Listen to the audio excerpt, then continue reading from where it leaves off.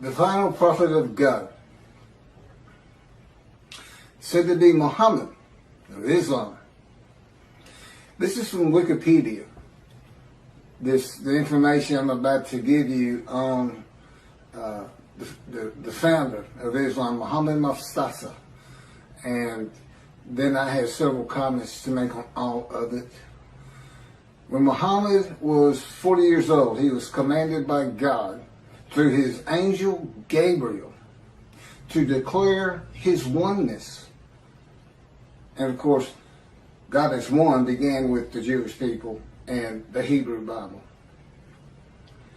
To the idolaters of the whole world, and to deliver the message of peace to an embattled humanity. In response to this command from heaven, Muhammad launched the momentous program called Islam, which was to change the destiny of mankind forever. He was in Hira when one day the Archangel Gabriel appeared before him and brought to him the tidings that God had chosen him to be his last messenger to this world, and had imposed upon him the duty of leading mankind out of the welter of sin and ignorance into the light of guidance, truth, and knowledge, to be a light to the world. It should sound familiar to the Jewish people. According to the accounts of this Shia Muhammad,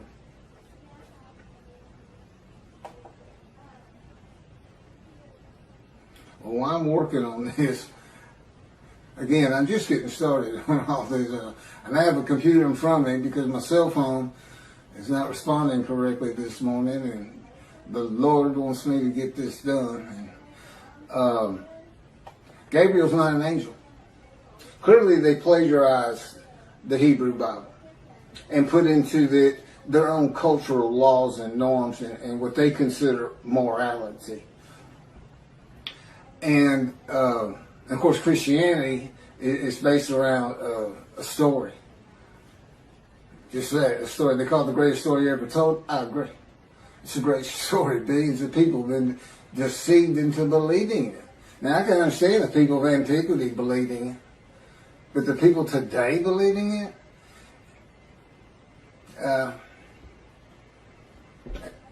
I really don't know what to say about that. I don't know how you can believe God made a human sacrifice to you, and by His blood, by His stripes, we are healed. Again, God made me watch Christian channels, and then there's this one fella, I'll sell you the blessings of David. I said, well, God, what are the blessings of David? I'm thinking. He said, there are no blessings of David. He's making it up. People believe him. They send their names in with money, and he says their name on the air, and that's what they really want. So, but there is no angel Gabriel. He only appears in the book of Daniel. He only appears in the book of Daniel, who is not a prophet, and it is not a book of the prophets. And he doesn't speak with God. That's what a prophet is. And even Jesus calls him a prophet and quotes him as a prophet, and he's not. It's just story. I mean, come on. A bunch of men standing in a kiln that's burning hotter than the sun. It's just not gonna happen. I get it's not gonna happen. But you read the same things, the leaders of Judaism read the same kind of absolute, that can't happen. But because they like it, and they say our sages believe that, we believe it. Well, your sages lived in another time. Michael Skobac, Jews for Judaism, who also claims Isaiah 53 is the Jewish people as one man, Israel as one man. They had gathered, been crushed by disease, and offered themselves for guilt at some time in history that I am unfamiliar with. Because he doesn't say it's something that's going to happen. They act as though it already happened. W. Singer of Outreach Judaism believes it happened in World War II with the Holocaust. But that was just 6 million. That wasn't all the Jews of the world gathered as one man Israel. They didn't get long life. They didn't see their children. They didn't teach righteousness. Neither did Hitler if he's the one that offered them as these ram sacrifices, because he reads an offering of oneself for guilt to literally mean, these are his words, it literally means a guilt offering. Let's go to Leviticus. Now, he doesn't say let's go to Leviticus. He says it's a guilt offering, but a guilt offering is an unblemished ram for theft or destruction of holy things, debts. What that has to do with anything, I don't know. Because he's an anti-missionary. He's pointing this interpretation of 53 away from Isaiah 53. But they think they're forgiven of sin. They're not worried about theft and destruction of holy things. They're not worried about that. So I don't know what he's doing, except reaching, really, really reaching. I think the description of a man marred so much beyond human appearance, semblance, and all this plague afflicted, that the Holocaust just grabbed him, and he just made it fit. Well, that's what the Christians did. They make Jesus fit. They can argue with me on every single verse, and if you've watched my 6 videos on 53, 76 videos, some of them were just a half an hour, but there's a lot to it, and I'm the only person who's ever explained it this way. Is anybody who watches it that's familiar with 53 and the commentators on it today. You realize nobody's read it like this, and nobody's ever connected the story of Ezekiel to it. And this atheist, pretty smart guy, but it's just like in Malachi 3. Every time God had me read it, I said, "Why is that angel leaving early?" And he wouldn't tell me. I didn't know until I typed it. I didn't get it. I didn't put these things together. I certainly didn't put Jeremiah into it. In this new covenant, I read the new covenant and it just went on. It didn't even mean anything to me, because I had no background in anything except for the 10 Commandments and Charlton Heston. It's a great show. But there's been some better 10 Commandments since. I've seen them all. But anyway, Gabriel appears in, I think it's 2 chapters, and he's described as a man. A man. Gabriel, a man. And it's in a vision. It's not something where God says in heaven, I have angels, and it's the angel Gabriel, and Archangel so-and-so, the fallen angel, Lucifer. You can't find that in the Hebrew Bible. It came from Christianity. So Islam, which didn't begin until the 700s, Common Era, I think that's the date here, with Mohammad, long after Christianity, which would have been, before the Talmud was put together. Judaism, when it really became formal, was with the Talmud, I would suppose, and putting the entirety of the Hebrew, all the scrolls together and canonizing it. And it looks like they plagiarized both books. Both books. And like I said, put their own cultural laws, rules, morality, and philosophy into it, but taking the basics. There's Abraham. He's in it. And now, I don't know if Muhammad is supposed to be a descendant of him or not. But here's what happened. So,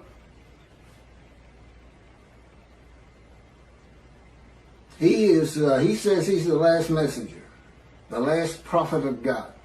That's what's on their mouth. It's not the last messenger, it's the last prophet of God.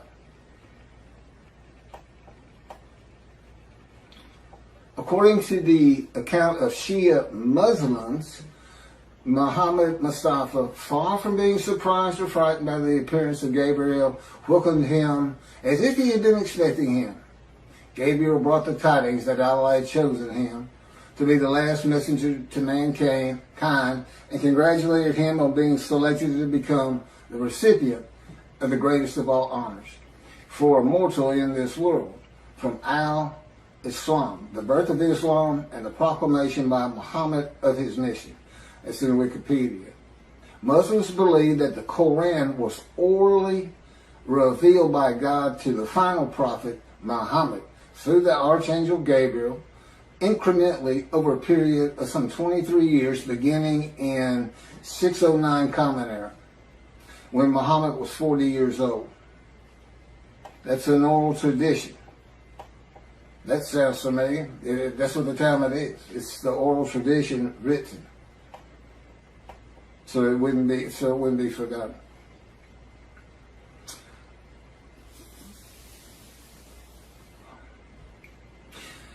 The year, and then he died in 632 Common Era. Muslims regard the Quran as Muhammad's most important miracle. He worked miracles like Jesus did. You know, he could bring tidal waves with fish to feed the multitudes. And Jesus fed 5,000 with 2 loaves and 5 fish, or 2 fish and 5 loaves, something like that. Fed 5,000 people. And a proof, his book, the Quran, a proof that he was a prophet, that God spoke to him through Gabriel, the angel. And this Quran was the culmination of a series of divine messages, starting with those revealed in Adam and Eve, and ending with Muhammad. According to tradition, several of Muhammad's companions served as scribes and recorded the revelations. Shortly after his death, the Quran was compiled by the companions who had written down or memorized parts of it. That's from Quran in Wikipedia.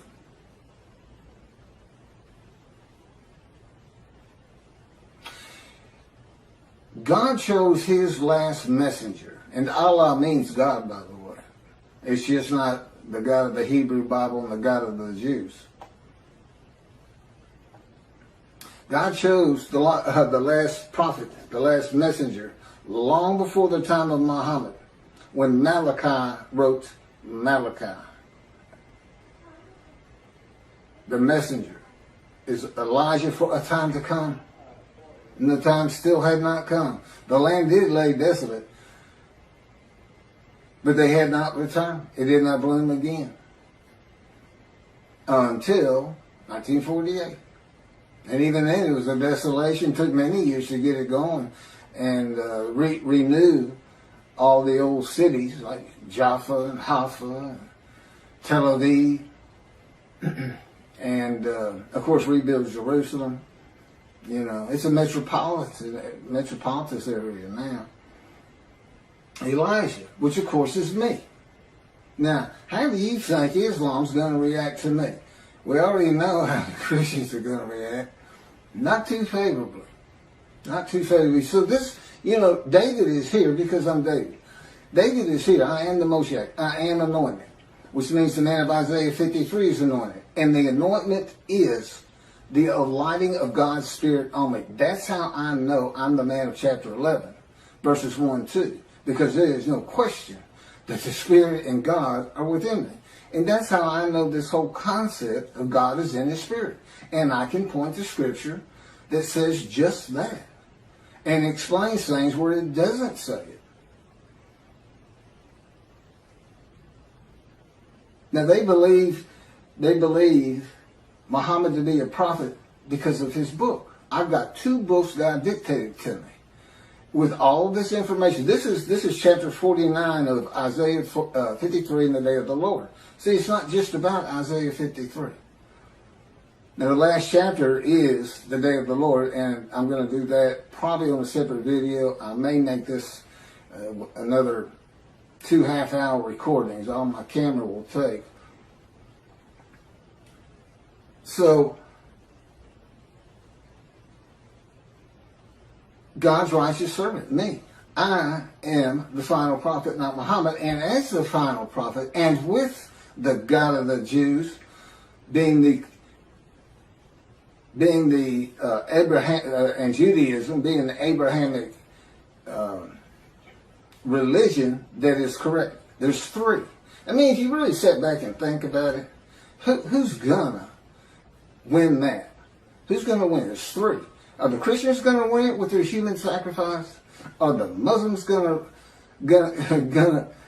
when clearly it's just a plagiarization? They're going to be a light to the world. Peace and humanity.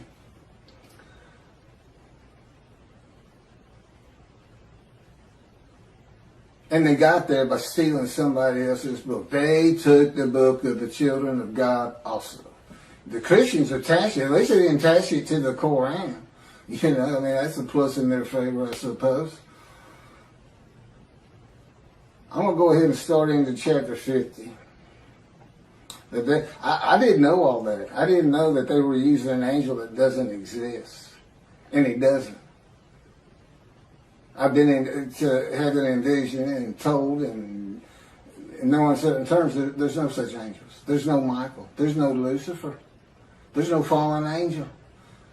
It's just part of a story because that's what the people in antiquity and today too, to an extent, they just like to believe in that. The Christians got so much jumbled up in their minds. So much of the religion conflicts and doesn't make sense. And they've got entire armies of demonic forces that are at war with God and this and that. I promise you. I know his power like the back of my hand. And there's no contending with him. Whatever he thinks is. He just wills it. Gone. You know. He can take this world and turn it into a pea. The size of a pea just by thinking it. He set off the Big Bang. That's how Genesis starts out. He divides light from dark and this and that. Yeah. We're the dark. And the division is the platform of heaven. And we know we're in the dark because he had to put suns in there for us. So it's kind of a blend. You have to look. The universe, his universe, the unseen realm, and then the real. The universe of real, which is like, you know, objects, solid things, stuff you can see, came with the Big Bang. And it's all within his original unseen realm. So we're a universe in a universe. It's not parallel universes, just one inside another. Totally different from each other. Science, totally different. We can never see the unseen realm except what he would place in our minds. I mean, he can place an angel Gabriel in my mind if he wanted to and have me believe it, and I would. But he doesn't. He's very real and matter of fact. And the fact that at this time, people are still believing the things of the people of antiquity who didn't know anything. They didn't know anything, and they couldn't go in there and say, "Well, I want to check that out. I don't know about that." You know, they couldn't. There's no bookstores, no schools, no teachers. About all you could learn from the wise men was the Hebrew Bible for the Jews, and they spent their life in that book. Well, I haven't. I read it started reading it when I was 50, and it's only because God was teaching me that I have the knowledge that I do have.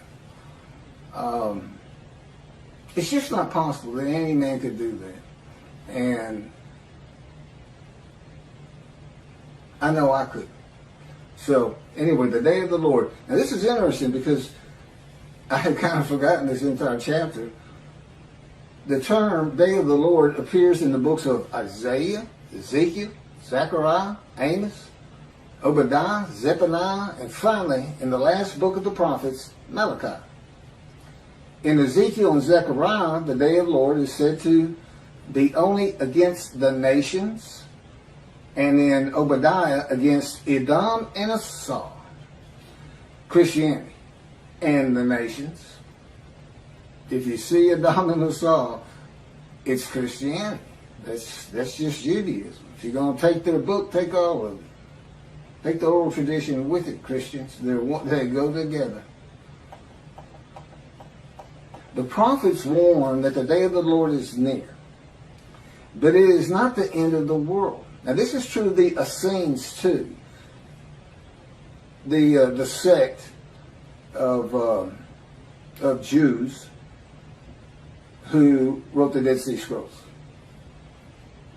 But and with the same concept, evil's going to be gone, but the good stays.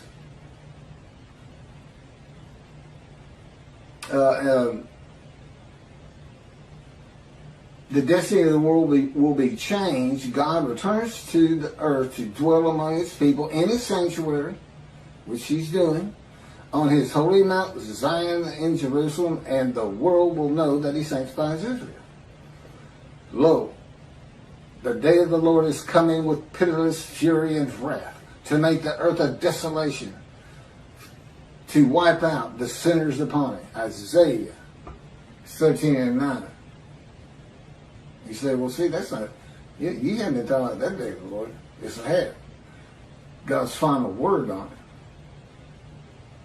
Because that's not going to happen. That, again, that's just fun to read. It scares people. And, whoa, war's coming kind of a thing. For a day is near, a day of the Lord is near. It will be a day of cloud, an hour of invading nations. A sword shall pierce Egypt, and Nubia shall be seized with trembling.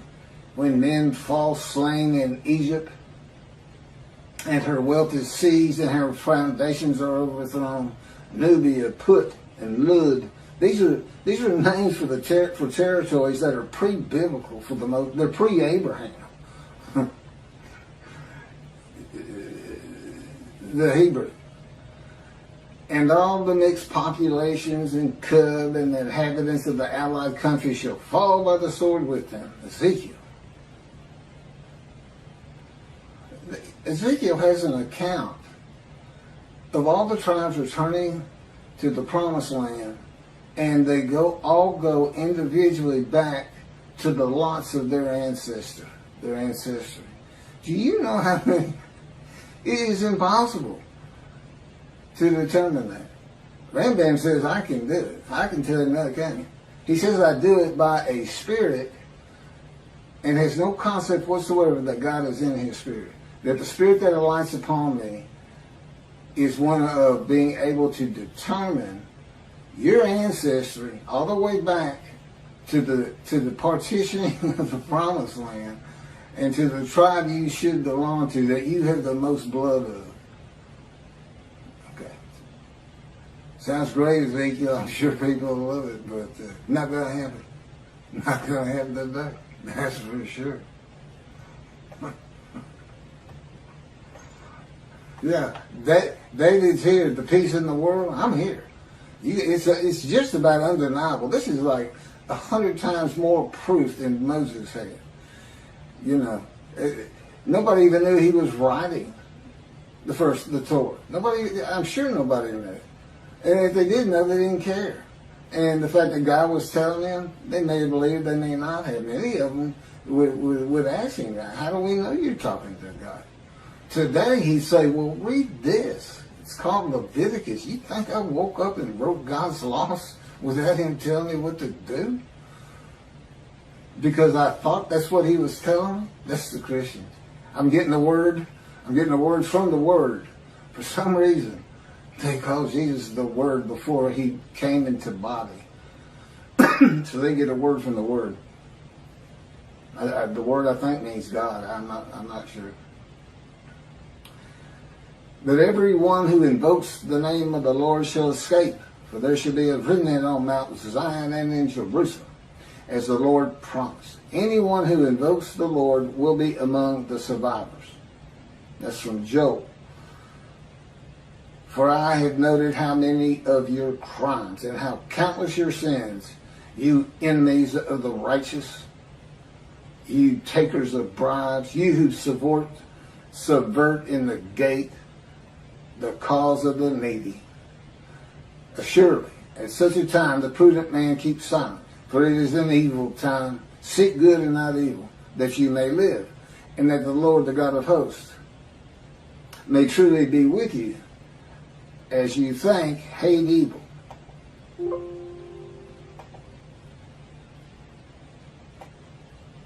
So here's some morality in a great story. Day of the Lord. And love good. And establish justice in the gate. Again, the Essenes had gates. People like to hang out at them, as you can imagine. and tell stories. What else are they going to do if they had enough food and everything? And have all your friends clapping you on the back. Great story, great story. Look at all those Gentiles gathering around. Tell that Jesus story. Tell the Jesus story. Then look at them. They get all giddy. And they'll throw you some money. Yeah, it could happen. Could be like that.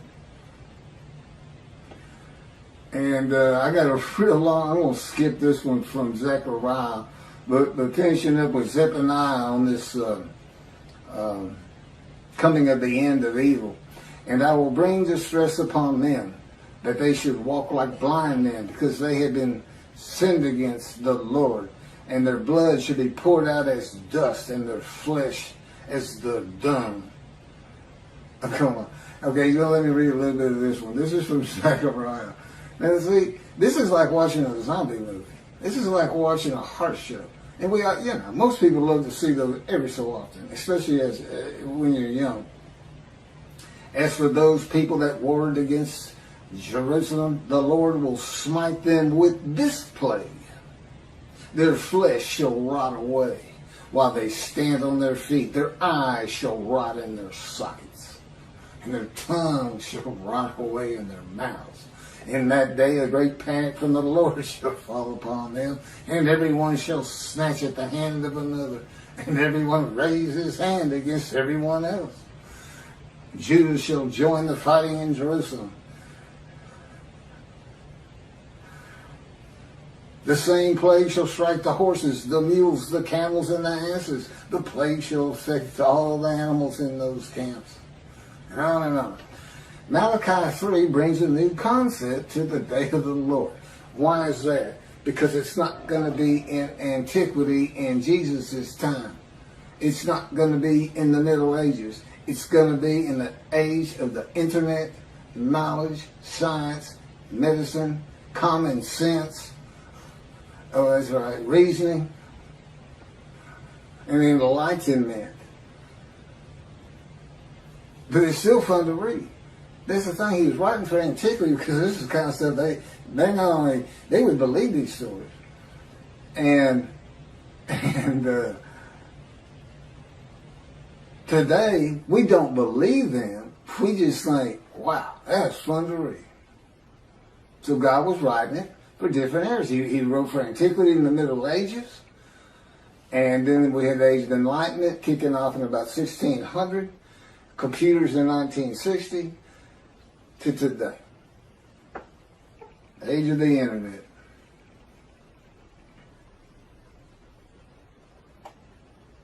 So what new concept in the day of the Lord does Malachi bring? It's God's final word on the day that he's preparing, where the new covenant is delivered. And again, he knew they were going to be dispersed, and apparently he had a pretty good idea when they would be coming back. Okay, it's the final word of God, not only on the day of the Lord, but with the new covenant. What's he saying? What's really happening? Get away from all these fun stories. He's coming with a covenant of friendship. He says you're going to be safe from now on. The nations of the world is going to know I sanctified the Jews, that the Jews were correct about the Abrahamic religions.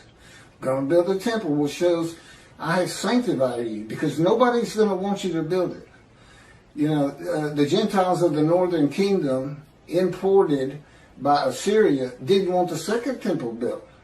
They obstructed the building of it and tried to stop it completely with letters to Cyrus or to whoever was leading Persia in that, at the time they sent the letters. And he says, new covenant, everybody's going to be sin-free, holy seed. And since he did the same thing with the exiles, he never says, I'm making you a holy seed to build the temple. He never does say that. But that is what happened. And it's going to happen again. He's going to have that temple built, I don't know, 10, 20 years from now. I don't know. Presumably before I die. But now David, he died before the building of the first temple. Although he had a lot to do with gathering all the materials for it and the wealth that went into it. and Solomon had a home to be honored. There's always a lot of things happening again that are real. As a matter of fact, it took longer to build Solomon's house than the temple. So he must have had a pretty honorable abode, right? That and God talked to him. Now, God doesn't address the nations. As I started out, these different days of the Lord's in the various books, some are just pointed at Christianity, some is the nations. They kind of differ. But Malachi 3 is real clear. It's the Jewish people, the people of the land of Israel, as much as anything. That's the focus. When I come back, the sanctuary to be placed amongst his people in Jerusalem. Although the covenant, the friendship covenant does not say in Jerusalem. I think that's pretty much implied. Although as David purchased the temple not for God after he had failed the test that God put him to as kind of a making up for it. I've watched this slang. And I could go back. There's people who have raised millions of dollars for the building of the third temple out there right now. Just on the belief it will happen. God will come. They just don't know how because of the false teachings. Teaching of antiquity. The teachings for people of antiquity. Well, the people today aren't of antiquity. Compared to those people, they are all brilliant geniuses. Every single person who has a computer is a brilliant genius. Knowledgeable. Over these people. So, here's God. Not only is he saying something different than your traditional day of the Lord, he's saying in future times, in the times where man is more enlightened, knowledgeable, we're just going to build sanctuary and everybody's going to be safe because that's just going to keep people from picking on you as much as they are, and they'll have it in their minds, just don't mess with them. That God could be in there. God might be there after all. Keep the Middle East at bay. And of course, when I die, that's not to say God's not going to continue on as he did with Solomon, with Elijah. That was followed up by Elisha. The Davidic dynasty was supposed to continue the line of David, but I don't believe there's anything his covenant does. Well, my son's a great guy, and God says, would you want me to put him through that? What you've been through? And I thought about it. I said, that'd be good for him. I mean, I wouldn't wish that pain on anybody. But it changes to so much for the good. And you can't really feel another person's pain. I know that pain. I still live in it. You can't imagine what happened to me just 2 months ago. Oh, I can't. I'm not allowed to tell you, and I wouldn't tell you. But it was brutal. It went from, I had my top 5 things that he's done to me, and it moved up to, it went by everybody to number 1. It made number 1. I hope that's the culmination of those events. So anyway, lasted about 3 months. So back to this. So it doesn't address the nations, but only Israel and its people, which is all Jews of the world. Everybody in the world is forgiven. Doesn't mean you go to heaven. Got to be in right standing. And hopefully this is going to be, all the Jews aren't coming back to the promised land, to Israel. But I think my presence, and particularly if you build the temple, and then consider this. The nation, if you think the Christians are friendly to you today, you're not going to be saying that 2 or 3 years from now. Not when you can put in their face, we told you we were right. Because that's what they're always telling you. You don't even know how to read your own Bible. That's Jesus. That 53 is Jesus. And you've got all the arguments that I'm putting before you. By the way, this Isaiah 53 and the day of the Lord, every single one of the 50 chapters is summarized in a paragraph. A few of them 2 paragraphs. as an addendum. If nothing else, you stop it. It's like 6 pages. I don't know how many pages. It might be more than that. Okay, it might be a lot more than that. But anyway, if you're in a bookstore, just flip to the back, read the addendum, and just see all the different things that are addressed that really are Isaiah 53. The first 20 chapters are kind of like, you need to have this knowledge. You need to know about angels and God and his angel. And a lot of I've kind of broached, but moving on. God says, of course, you've heard this, behold, I'm sending my messengers to clear the way before me, to build the temple, and the Lord whom you seek shall come to his temple suddenly. The messenger is Elijah in verse 23. As for the angel of the covenant that you desire, he is already coming. I've talked about that. The angel of his presence brings the new covenant, Jeremiah 31. All Jews are forgiven of their sins and iniquities. And it's going to be when I get my books published. That's when it becomes official from God's mind. And even then, it has to be people who find out about it.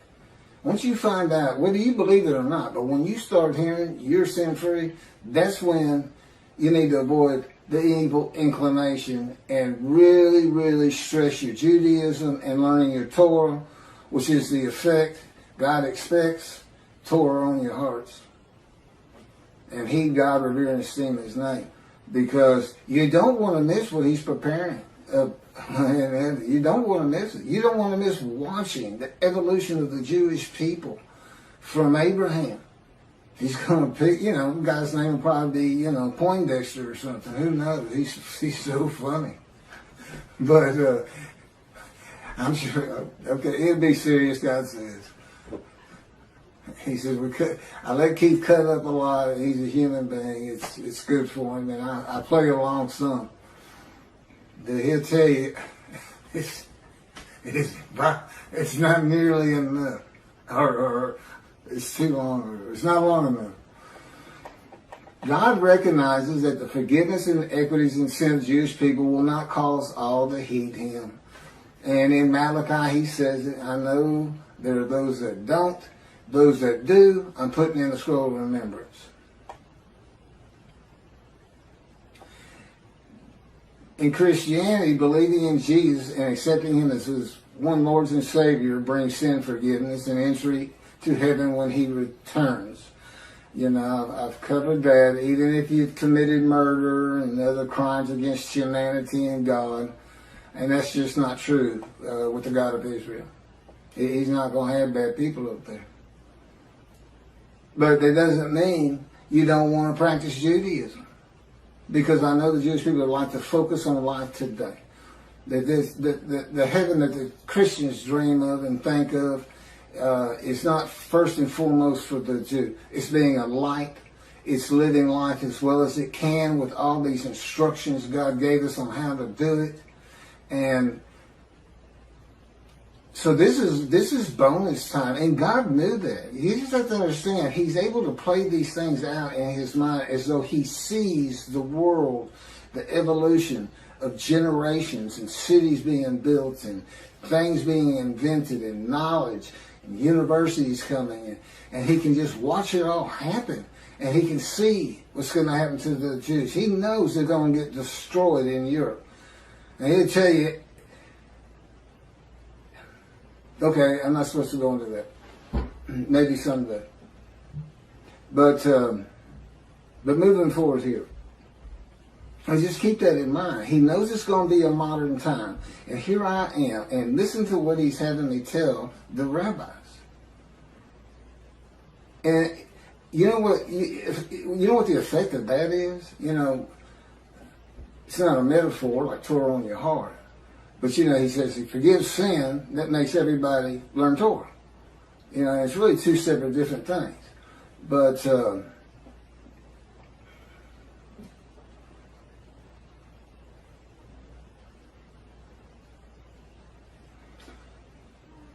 anyway, God knew in modern times of secularism and reliance on science, medicine, and technology that his righteous servant might not be recognized.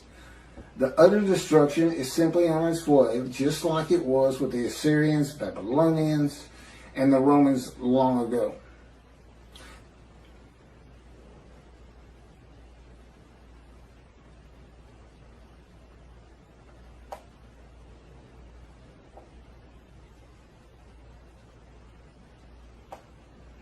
There's no mention in Malachi 3 of the destruction of the nations, as it is in some of the books and chapters and verses that I just read at the beginning of this video, or at least on the day of the Lord. It is implied there will be destruction in the land of Israel, because God says, if He doesn't do it, when I come, it will be with utter destruction, as though there's going to be some, and there would be, to take the Temple Mount. It would have to be something like the 6-day war. I don't think Israel would ever just storm it and say, well, that's it, we're just tired of it. Just gotta go. And unless there's some heinous act done, like a nuclear suitcase bomb, where they finally say, that's it. Only Jews in this land, and we don't care what it takes. That's what they did to us. They just threw us out. Took everything we owned, took our bank accounts, took our houses, took everything, just said go. We had to walk to the promised land.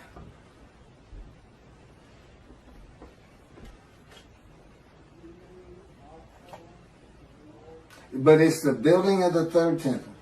Now, I remember that. It's the building of the third temple. That's what's so important. Defeating the enemies of the nations that come against Israel, and the sanctification of Israel as a land and people blessed by God with His presence in His sanctuary, is how utter destruction is avoided in the awesome, fearful day of the Lord. So it's the exact opposite. He's not coming to destroy evil. He's coming to safeguard the Jewish people, so we don't see a Holocaust again. Basically, that's what He's telling you. If the land were destroyed today by nuclear bombs from Iran, 10,000 missiles launched at the same time from Lebanon, I don't care, the sling of David, their protective system to bring down rockets is never going to be able to stop that. And you got 7 million Jews there. And we lost 6 million in the Holocaust. And that's such a brutal thing and brutal time. I still have a hard time understanding how we've already advanced so far, as awful as things are even today, from that. Well, people could, the Nazis, they singled out children. That was their favorite kill. If they were running low on bullets, instead of shooting the kid or gassing them, they throw them in those kilns alive. So, that's just, and it's a people. It's not some madman. It's not Dahmer. It's not just one crazy person out there. It was an entire country, and it wasn't just there. Russia was doing the same thing. They were hauling them out of their houses, making them dig ditches, and just going down. Family members, father, son, kids, or kids first, then throw them in there. Whole blocks, whole neighborhoods.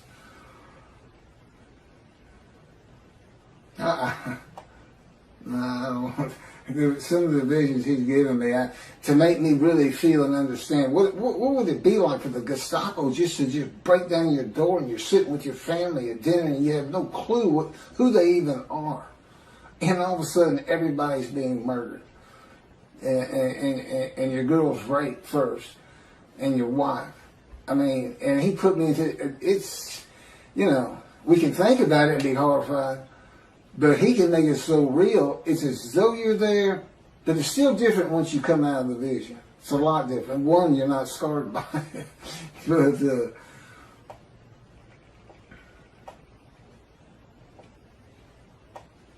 I have a lot of things. That's just about it for the day of the Lord that I have. This man in divine being, host of the Lord's host. It's one God. It's the oneness of God. Of Israel, one angel, and it's the angel of His presence, who doesn't have an angelic body. and he's in as one man, the Moshiach, the anointed one. And the anointment is the spirit of lighting and answering you. That's the anointment. There's no oil as in our world of the, I call it the real, and God's world, the unseen realm, which is a universe inside a universe, and he's responsible for this. You know, he made a division of the heavenly bright white lights, can't even see in it. That he kind of shows me in visions when we're dealing with David in the temple. It's not the same temple that's on the ground here. It's different, but still the temple, still got the walls. There's a lot of similarities, but in one vast room, it's that bright white light, and in the other is the king's throne and water coming out, flowing down the steps out front, and till here he is in a future time. See, a time is coming in the future, in the year. He didn't say in the year 2020 or anything like that. But again, he knew exactly what was going to do. He knew to come to me in 1957 or select me when the first satellite was launched into the air by Russia, Sputnik. And he said that's when he touched my arm and disfigured me. He really won't. You know, you say, well, how can you not trust him or not believe him or this or that? Because I'm in the fire of refinement. Lying to me is just part of it. And he finds it so humorous to make me think I'm coming out of this thing. And I thought it 11 years ago. I thought we were done with all the pain and shenanigans and adventures with Christianity. So Christianity knows you're here. I said, no, who's here? You're the man Jesus claimed to be. Isn't that funny? Jesus says in the New Testament to his people, to his 12 at least, do not listen to those who come in my name. It's kind of funny because if he comes, he said, I'm Jesus, then I'm supposed to listen to him. But the fact is, he came in my name. He came as a teacher of righteousness. He came as the man of Isaiah 53. He came in my name, and that's given me all kinds of trouble to get this thing going, to do what I have to do for God, to keep utter destruction from Israel, and to save the Jewish people. I've got these Christians who believe in human sacrifice. I got these rabbis who believe a man of 100 years is suddenly going to be thought a child, and every single human being, every Chinese, every Korean, every Eskimo, every one of them suddenly are going to go, the Jews have been right all along. We need to exalt them. Let's take our stuff and give it to them and till their land for them. And look, there's no pain anymore. It's like I died. The Messianic eras of the heaven on earth. That's what antiquity believed in, and the resurrection. So I got to deal with that. Aren't they supposed to be protectors of the Jewish people? Follow God's laws, have better lives, morality. Look at, you don't just go hurt people. You don't keep people from doing what they need to get done with lies and false teachings. Oh, I'm sorry, I fell into the rabbis again. I call it a lie when you say the Jewish people gathered as one were stricken and plagued with disease as one, and as one offered themselves for guilt to God, passing the test of devotion, and that they then went out and had long lives, all saw their children, and they made the rest of the world righteous. Well, let's see you do it, Israel. Hey, rabbis, Tobiah Singer, Michael Skoback, all you people who preach Israel as the man, the Jewish people, described in Isaiah 53, I want to see you, since you want me to go build a temple as David, you want me to bring peace between the nations and throughout the earth, you want me to end pain in the individual, you want me to teach billions of Chinese how to speak Hebrew, That's what you want me to do? I want to see you make the world righteous. I'm the righteous servant, and I dedicate it, and I pass it to you. How you like that? I'm not going to let you stop me, and guess what? I got somebody behind me that you don't want to contest or contend with. Because people throughout this land are going to hear this very speech about you and Jews for Judaism and Outreach Judaism, your 900-page book, which I shudder to even think about opening personally because of your midrash on Isaiah 53, which you had posted on your Facebook notes, and I was one of your friends, and you said in it, share this with everybody. You gave me the right to use it as long as I don't slander you, perjure you, and guess what? God had me type in Isaiah 53 in the day of the Lord, which will become a bestseller someday. A big part of your midrash on the human sacrifice of the blemished rams by Hitler, which shows that Isaiah 53 describes the Jewish people, 6 million of them. Well, that's all I have on my day of the Lord, and doing my job of bringing the wrath and bringing the reckoning. I'm the righteous servant, I'm David, I'm Elijah, and the prophet like Moses. And soon to be published, a new song God had me write. And I am an eternal priest of the order of Melchizedek and King David, and a rightful king. That would be leader. It's the same song David used. It's scripture. When David wrote it, God told him, David, write this down, a Psalm of David. My Lord said to his Lord.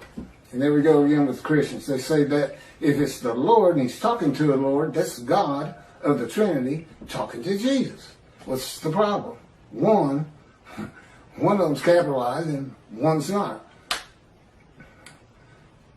What was the other big reason? Well, just read it. It's a song about him. It's written by somebody who works for King David, a servant, something in the kingdom. He's writing of him when you read it, because he would be Lord to this man. He's a lowly servant. Yes, Lord. He's a king. That's what you say. It's not Jesus. It's not meant to be Jesus. It's not what do they call it? Epiphany of Jesus? I don't know what it is. God wrote stories that have meaning that's just not right there until you know the story of Jesus. I got to end with this, since I apparently still got a little camera time. So, nothing is ever written about Jesus. Okay, nothing in Dead Sea Scrolls, nothing by them. No commotion at the gate, Essening gate with Jesus saying that, you can't say you're the righteous servant, because our founder is the righteous servant. And, no altercations noted in the New Testament. And there would have been, God tells me, a pretty contentious group out there. Not a lot of law abiders.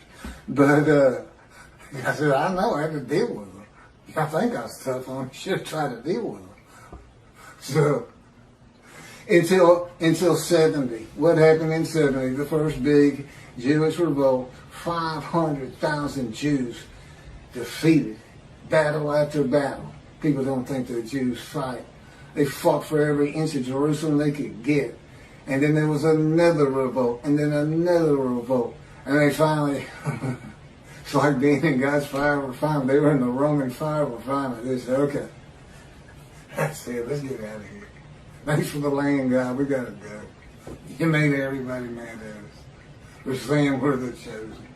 Whoa. So, that's when the first book, so you can see these two rabbis, trudging along through Syria and heading towards Europe. And what are we going to do for money? What are we going to do? I got kids, everything. I can't go to synagogue and make money. That's how I make my living, is teaching the Hebrew Bible. His friend says, first says it's Shlomo, That story about the Jesus. I get money every time I tell that story, especially if I change it up a little bit. Every time I tell that story, boom, I got lunch, I got dinner. I sometimes have food for the next day. They love it. You shift out, they just get all. I believe, praise Jesus. Falling on the ground. Holy rollers. That's where the first holy rollers came from. If you don't know what that is, look it up. He says, you got it. They love this stuff. And Slow-Mo looks at him and says, oh, you got to be kidding me. You can't put that story in the Hebrew Bible. You can't connect Moshiach to that. He comes in, rides ass in Jerusalem, and defeats Rome, and becomes king of the world. What are you talking about? We'll just change it.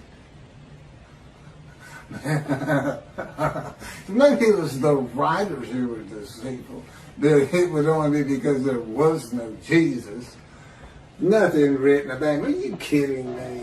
Man's walking on water, feeding everybody. The blind see, the crippled walk, dead or risen. You think he'd have probably taken the Roman leader's position from him. That's what he would have done, and just made them leave. He'd used his head instead of trying to fight them hand-to-hand combat. I guarantee you, the revolts would have had more success, although ultimately beaten down just by numbers, if God in me had been there with this unit, this human body, or any other human body. Just because he knows everything. He said, it'd be more like the Americans fighting the British, hiding in trees and bushes and stuff. So anyway, thank you. Tell anybody who's interested in Isaiah 53 that there's a new take on it. There's new explanations. And tell them it's the leper scholar. That's from the Talmud, Babylonian Talmud. There's actually, it's quoted something, Sanhedrin 9b. I'm not sure if that's in the Talmud or it just gets spoken of in the Talmud. I know the Sanhedrin, I know what they are. But I don't recall seeing anything that in the Talmud, Sanhedrin is like a special book or something, or some extra, or a section. I don't recall ever seeing that. And again, this is where, God, I'm still a human. I'm still Keith. And the way he does that is I still can't find my car keys. If I have a car. And, I'm the same old forgetful person. He keeps me forgetful. But I'm still a lot better than I was. Anyway. It was easier using my computer, but I don't know what it looks like on the video with me looking down so much. And so much today I was reading and not being able to, like Isaiah 53, it's on the tip of my tongue anytime. But I hadn't looked at these two in